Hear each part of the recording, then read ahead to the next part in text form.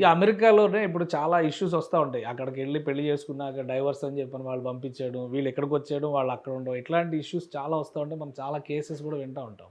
మీరు చేసిన వాటిలో అన్సాల్వ్డ్, దీనికి పరిష్కారం రాదు అని భయపడినటువంటివి సాల్వ్ చేసినవి ఏమైనా ఉన్నాయా? ఒక కేసు నేను సాల్వ్ చేసి చెప్తాను నేను.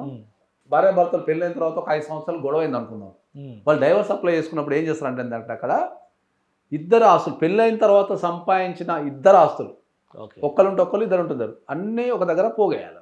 ప్రతిదీ ఈచ్ అండ్ ఎవ్రీథింగ్, అది ఇండియాలో కొన్నా ఏడో కొన్నా ప్రతి దాన్ని అక్కడ లిస్ట్ అవుట్ చేసి కోర్టులో సబ్మిట్ చేయాలి. వీళ్ళ అడ్వకేట్ వాళ్ళకి ఇచ్చుకోవాలా, వాళ్ళ అడ్వకేట్ వీళ్ళకి ఇచ్చుకోవాలా, చూసుకొని అది ఎట్లా డిస్ట్రిబ్యూషన్ చేయాలా, ఎక్స్పెన్సెస్ ఏమున్నాయని చెప్పి చేస్తారు. ఓకే, ఇక్కడ ఒక కేసులో అతిపెద్ద ప్రాబ్లం వచ్చింది. ఏంది అతిపెద్ద ప్రాబ్లం అంటే ఏంటంటే గోల్డ్. కేజీ గోల్డ్ ఆ అబ్బాయి కొన్నాడు. కొన్న తర్వాత వైఫ్కి, గోల్డ్ కొంటే జనరల్గా వైఫ్కే ఇస్తాం కదా, జనరల్గా చెప్తున్నా. అక్కడ రూల్ ఏం తెలుసా, భార్య ఏదైనా ఇస్తుంది గిఫ్ట్, దాన్ని తిరిగి తీసుకొని లేదు. కేజీ గోల్డ్ గిఫ్ట్ కింద వెళ్ళిపోదు. ఇప్పుడున్న లెక్కల ప్రకారం ప్రజెంట్ గోల్డ్ 1,40,00,000 కేజీ గోల్డ్.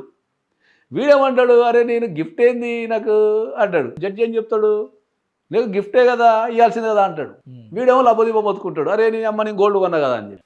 ఆ కేసుని నేను వెళ్ళి అక్కడ అటర్నీస్తో మాట్లాడి, ఇండియన్ కల్చర్లో మీరు చెప్తున్నది ఏదైతే ఉందో అది అమెరికన్ కల్చర్. గోల్డ్ ఉన్నదంతా ఎక్కడ, ఇండియాలో. ఓకే, ఇండియన్ కల్చర్లో సేవింగ్స్ అనేటివి మేము గోల్డ్ రూపంలో పెట్టుకుంటాం. ఆ గోల్డ్ అనేది ఇండియాలో సేవింగ్స్ కింద పెట్టుకుంటాము. మీరు ఇక్కడైతే ఇట్లా స్టాక్స్ మిగతా ఎట్లా పెట్టుకుంటారో మేము సేవింగ్ కింద పెట్టుకుంటాము. కాబట్టి దాన్ని don't treat as a gift. Okay, we explained. దశలో ఏమన్నాడు, సరే నాకు బుక్కులు ఎక్కడ రాసిందో చూపిమంటాడు జడ్జి. ఇండియాలో మీరు గోల్డ్ సేవింగ్స్ కింద ఉందనేది ఎక్కడ రాసి ఉంది అన్నాడు. Correct question. సుప్రీంకోర్టులో ఒక జడ్జిమెంట్ ఉంది మాకు. ఓకే, ఇండియాలో గోల్డ్ అనేది సేవింగ్స్ కింద కొంటారు, దాన్ని డిస్ట్రిబ్యూషన్ చేసేటప్పుడు కొన్ని విషయాలు పరిగణించాలి అనేది ఒక జడ్జిమెంట్ ఉంది. ఓకే, సో అది రిఫరెన్స్ తీసుకొని జడ్జికి ఇచ్చేస్తే జడ్జి ఇంప్రెస్ అయిపోయి ఆ గోల్డ్ని 2 భాగాలు చేసి సెన్సార్ చేసి పడేసి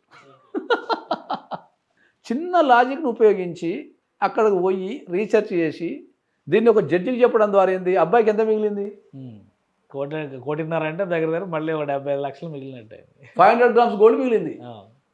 ఇది కోఆర్డినేషన్ చేస్తానికి ఎవరు లేరు అక్కడ, చెప్పనికి లేరు, రీసెర్చ్ చేయడానికి లేదు, కోఆర్డినేషన్ చేస్తానికి లేదు, ఏం లేదు అక్కడ.